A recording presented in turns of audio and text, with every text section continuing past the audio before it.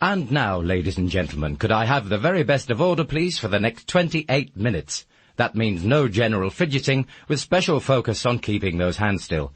As once again, we pay our weekly visit to the show business legend, raconteur, after-dinner speaker, and friend to the stars, especially the plough. Yes, indeed, it's time for the next instalment of Count Arthur Strong's radio show.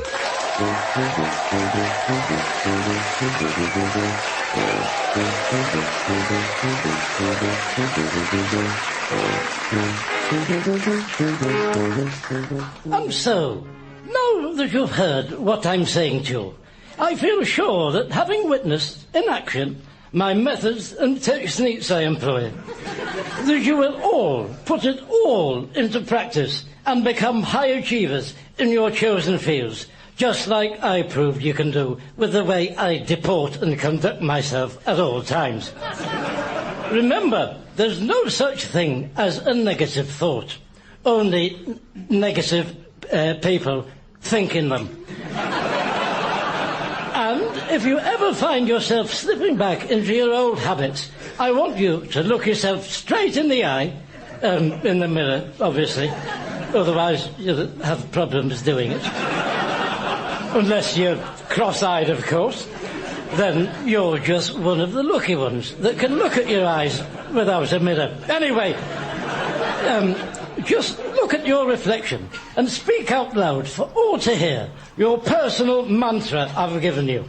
I can, I must, no, it's not that. I will, I must, no. Oh, I must improve my book. No, it's not that. I'm going to have that written down on my hand for tonight, I think. So, it's good night and cheerio to you all, etc., etc. All right, then. Let's have a little listen back to that, then. Right, so, push the stop button. Now, where's rewind? Play, fufford. What's fufford? Oh, here we are, rewind. And press play. Well, I don't know what to say now. What shall I say? Well, I don't know. I don't know what to say. Hey, that's not me. I got some new shoes. Shall I say about them? I went to the sale at Dulcis and I got... What the bloody hell's going on? Where's my speech?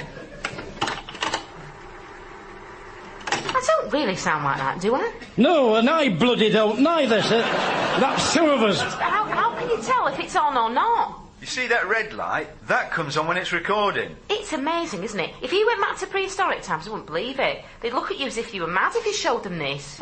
But of course they would. They didn't have electric then. It was all gas mantles. I'll take that back when I go out to buy my meat. And I'll be looking for compensation. My closing speech for tonight gone for a Burton.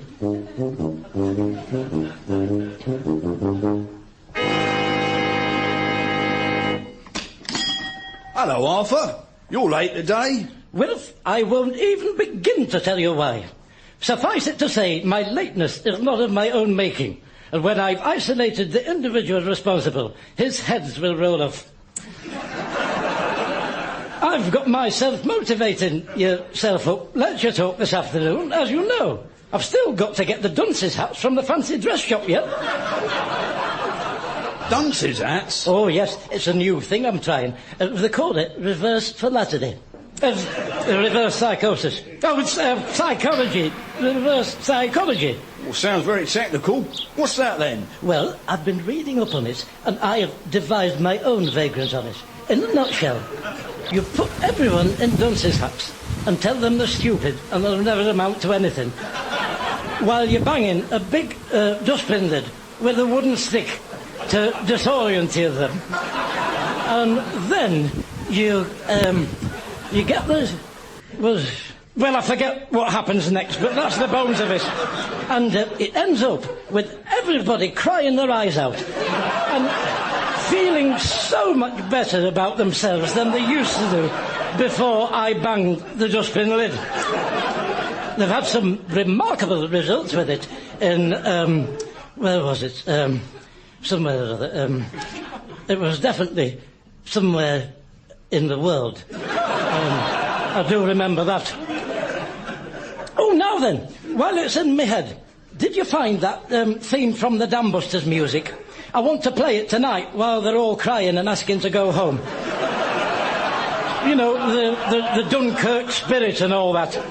Oh, yeah, I did. I put it to one side for you upstairs. Just watch the shop a minute while I get it. Righto.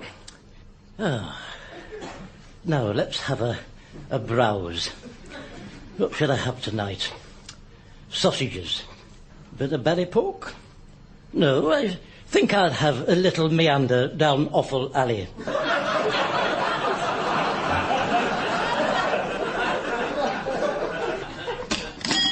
Oh, hello. Good evening. Afternoon. Oh, sod it. Morning. Good morning. Oh, it's a lovely day, isn't it? Is it? Where is he, then? He's upstairs getting the Dam Busters. Oh, our Sheila's lad's a plumber if he needs someone.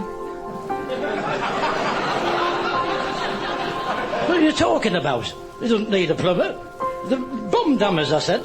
I'm talking about Barnes Wallace, the bouncing bust. No, I don't think Gary would be able to do that. No, he just does central heating and sinks and things like that. No, he's getting me the music for it, you dozy so-and-so and so. What is it you want? You're a butcher, then? Do I look like a sodden butcher? I'm just holding the meat fork for him while he's not here. Don't you have to have qualifications? It's not bloody Einstein that's gone upstairs, is it?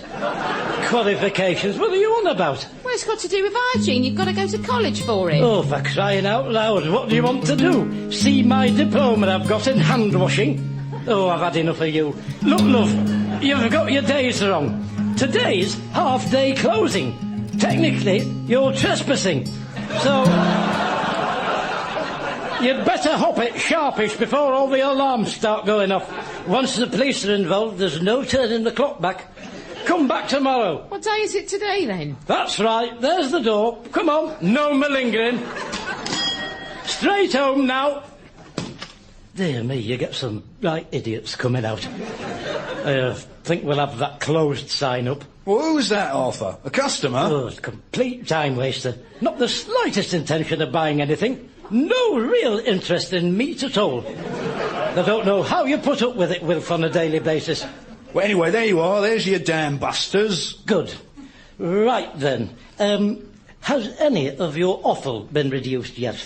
Well, it's a bit early yet, Arthur. If I do cut any prices, it's usually after 5, really. All right. Tell you what, then. Bag me up £half a pound of kidneys, and I'll be back in and pay for them at 5:30. That way, I get them cut price, and I'm helping you out, aren't I?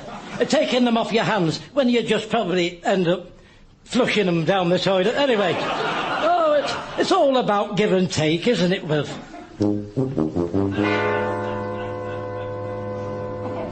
Customer number 328. Please go to collection point A.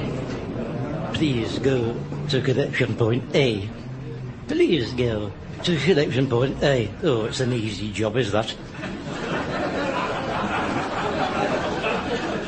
Anyone could do that better than her. She makes no attempt to vary her tone of voice. It's exactly the same every time. Might as well have a machine doing it. Come to collection point A. I wonder if they have collection point B, or a C, or any of the other alphabet letters, because that would get a bit more complicated then. Oh yes, you'd be earning your money if they did. Collection point B. Come to collection point B. A, B, C, D, G, F... Look, A, B, C, D, G, F, E. A, C, D, G, F, E. No, that's not right. A, D, G. No, idiot. A, B, G, C, D, E. G... Excuse me, can I help you? I was halfway through something there. I'm sorry, Being sorry is no good. I've lost my thread now, thanks to your lack of sensitivity. Sorry, I'm very sorry. Sorry. I've brought this back. Is there something wrong with it? No, I'm just taking it for a walk. Oh, dear. Yes, there's something wrong with it. Right, there you are. Listen to this. And I got 2 pairs of high heels, 1 pair of slingbacks, which I can't wear at the moment until I've had my bunions done. Oh, do you know what's wrong with that? What's wrong with that? Do I look like I wear high heels? I'm sorry, I'm not with you. Oh, give me a paintbrush. I'll paint you a picture of me, spell it out for you with it.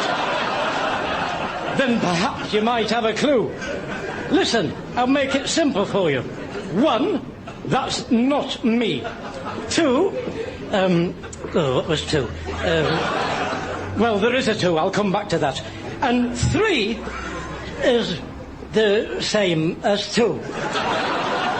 Well, I'm still not sure what your complaint is. My complaint is that what you've just listened to on the machine that your shop sold me is not myself doing it back to you.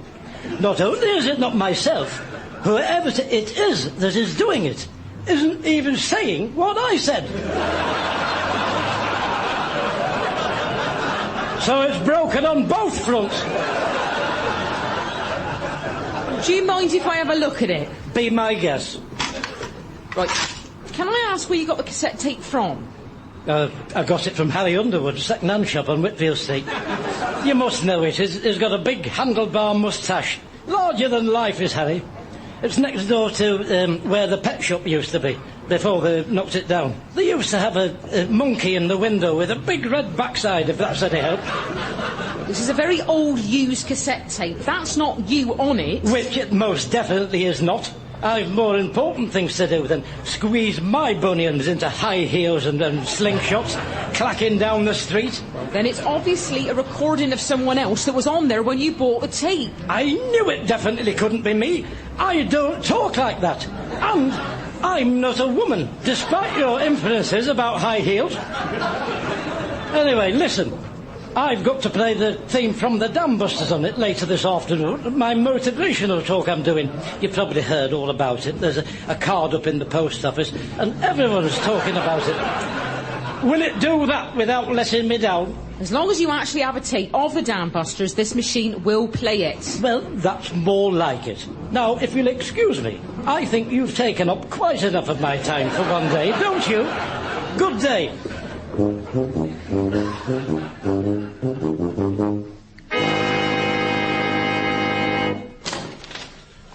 Oh, the bloody slippery sodding things these dunces at. You should have put them in the bag for me with what they cost. Hello? Hello? No one here? Wonderful. They're supposed to have laid on someone to help me. Where are the lights? Hello? Oh, you bloody idiot. What are you doing? Creeping up on me like the Virginia Creeper. They give me a heart attack. Well, I was waiting for you. You're late. I must have nodded off. Well, that's a good job you've got, isn't it? You can just nod off whenever you want. You're in my employ today. You are included in the rental of this hole. The least you can do is stay conscious. Have you not put the seats out yet? Oh, yes, there they are. Oh, I want more than that. There's been a card up in the post office for a fortnight. I want at least triple that. Possibly a quintuple, or even sextuple, whichever is the greater. I'm sorry, I was just going on ticket sales. Oh, you've got a lot to learn, haven't you? Have you never heard of walk-up? No, I don't suppose you have. You've probably never heard of wake-up, neither. I'll tell you what, just stick with me and hope some of me rubs off. Who's going to be on the door? Mrs. Robinson. Well, she better be on the board. Now, have you had my banner delivered? Because that's got to go up as well. Oh, yes, we've had a parcel come. It's here. Right, I'll open that now then. Then you can put it up. Right, oh, the other end of that. Let's have a look. What? What have they given me, the bloody idiots? That's not what I asked for. What does it say? Closing down, everything £1. I can't have that hanging over me sodding head, can I? I like the colour. It's very professional looking. I'm supposed to be motivating everybody up. Hardly makes me look like a successful business model, does it? Everything £1. I'm furious with them about that, quite furious. What's it supposed to say? It was supposed to have my personal mantra on it. Nothing succeeds like a budgie. Success, I mean. Nothing succeeds like success. Well, I've heard that before. Well, you will have, because that is adapted from a quotation by a wise old Chinese man called Confucian. I think he did Hansel and Gretel as well. So, you've learned something there, haven't you, through talking to me? I bet you're thinking you must stay awake more often now, after my pearls of wisdom pouring forth. Anyway, come on, I can't stand around all day listening to your particular brand of time-wasting. Show me the dressing room so I can hang my suit up. Well, we haven't got a dressing room. There's a mirror in the toilets. Oh, a mirror in the toilets. This just gets better and better, this, doesn't it? Anyway, come on, chop chop. They'll be coming in soon. While I get my lectern set up, would you be so good as to put out quintuple more chairs out? There must be a seat for everybody. I want no one standing. Let's treat the audience with proper respect, please. Then once they're sat down, I want you to put dunce's hats on all of them.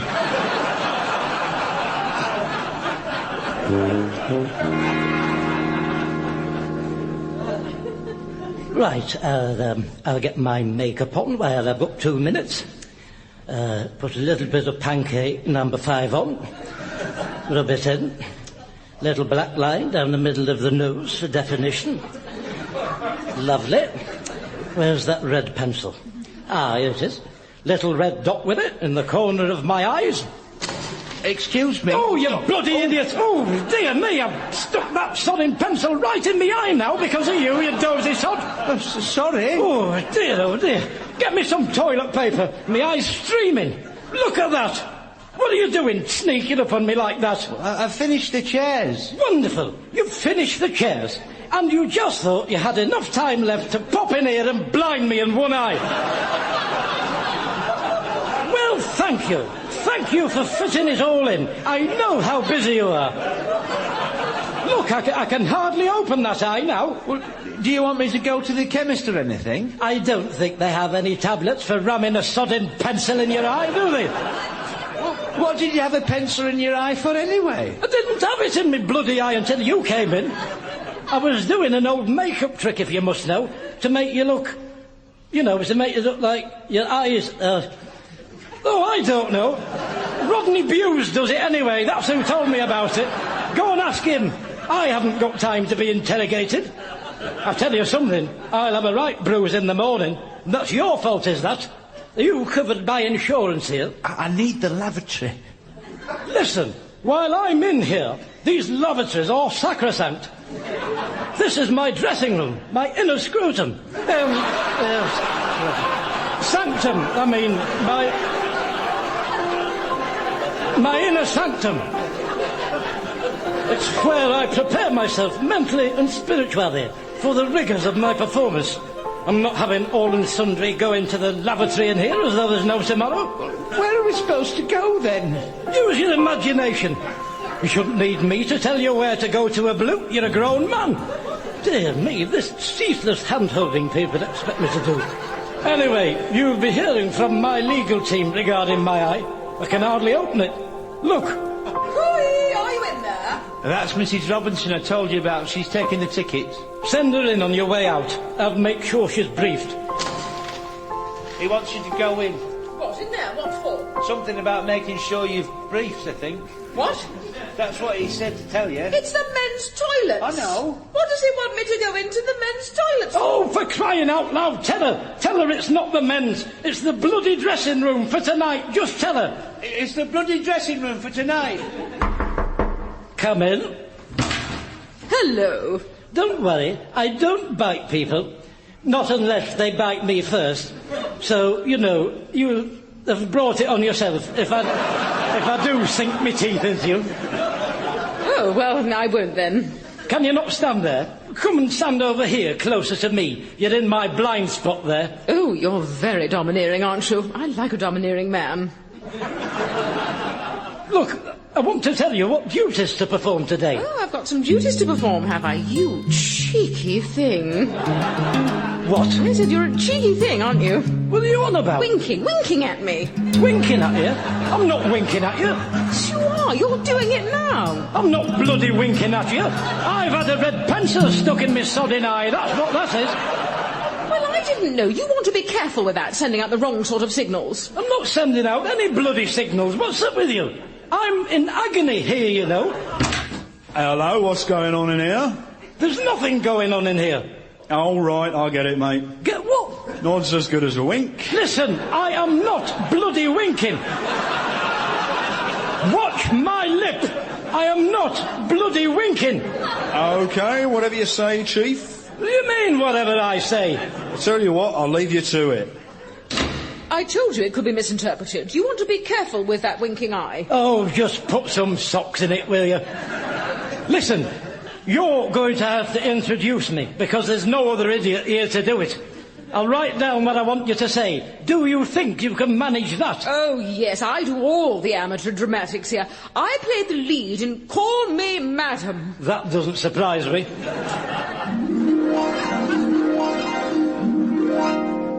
How's the audience shaping up? Well, they're both in. All right. Off you go then, Mrs. Robinson. Ladies and gentlemen, would you now put your hands together, please, and welcome onto the stage the leading motivational... Oh, well, it looks like goo-goo. Leading motivational goo-goo. Guru, you idiot. Motivational guru. I can't read your writing. A motivational guru who's worked and motivated people, including Michael Fish.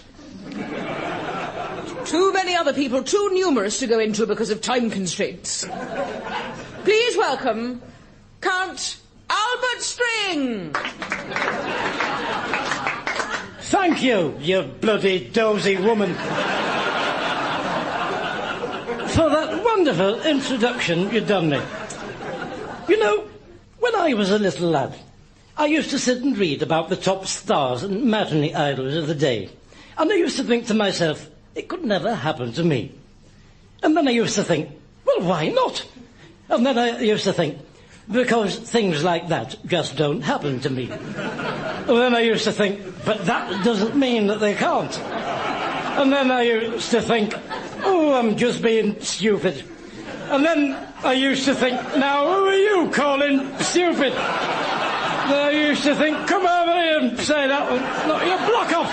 Talk to me like that. And I would have gone on forever if I hadn't been asked to leave Sue Ryder's. By Sue Ryder herself, incidentally. Marvellous. Now, on your chairs, you'd have found a pointy hat, which I'd like you all to put on for this next bit. Now, I know it'll be hard. No, don't turn round. You can join the rest of us when you've had a good hard think about your behaviour. And hold that chair higher above your head as well. Come on, if it ain't hurting, it's not fixed, so don't break it. Oh, it's something like that. Anyway, where was I? Oh yes, low self-esteem. Now, I know it'll be hard for some of you to imagine because of who I am and what I've gone on to become. But I used to suffer from low self-esteem about myself. And if I found myself in a room full of empty people, I wouldn't know what to say. And pretty soon, that room full of people would be an empty room full. What you have to do is focus and be positive. You see, to me, this half-empty glass is in fact half full. Well, the bottom half of it is anyway. So, it's not all bad news. Obviously, the top half of the glass is completely empty, but that's not the half I'll be drinking from. And that's the way we have to look at things.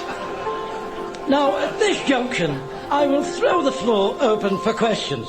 So if you've got anything you want to know about anything I've done to you, anything I've said to you, now's your chance to pick my brains and run with it. What's the significance of your sign? What sign? The one up there above you, closing down everything a pound. What does it mean? Oh, has he put that up, the lunatic? And why do you keep winking at us? Is it to give us confidence? Oh, for pity's sake. Can I put the chair down yet? No, you can't. You're learning something. Look, I only came in to ask whose rover that is that's blocking the entrance. All right. That's it. Hey, I'll tell you what. Why don't you stick the sodding chair where the sun hurts, eh? You just can't help some people. You've got to at least meet me halfway. And as the question and answer session draws to a close, it just remains for me to thank you for listening to what I spoke. Now go away with your newfound self-confidence and self-esteem and change the world. That's it.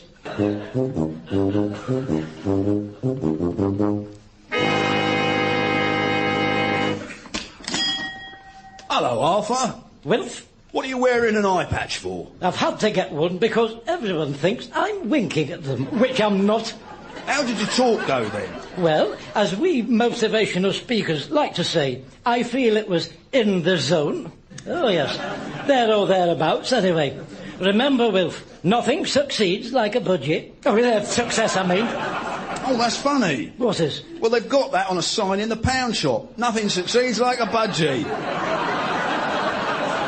That's my sodding idea they've pinched. Well, did you have a good turnout? Oh, yes, I had one or two in. Don't you worry about that. It'll be interesting to see what the knock-on effect will be for the next one. They'll be flocking in when word gets out what I can do with a few dunce's hats and a dustbin lid. Eh? Essentially, Wilf, it's just about making people feel good about themselves. I am a very good listener. Oh, funny you should mention that, because And listening is not something you can be born with. That's just something you have to learn at birth. And I have always had that, ever since I was born. Well, yeah, that's what I was going to Yes, very interesting. Now, can we please have a bit less of your chin music? And then, perhaps, you can apply yourself to serving me with my cut price offal. Come on, cough up my kidneys.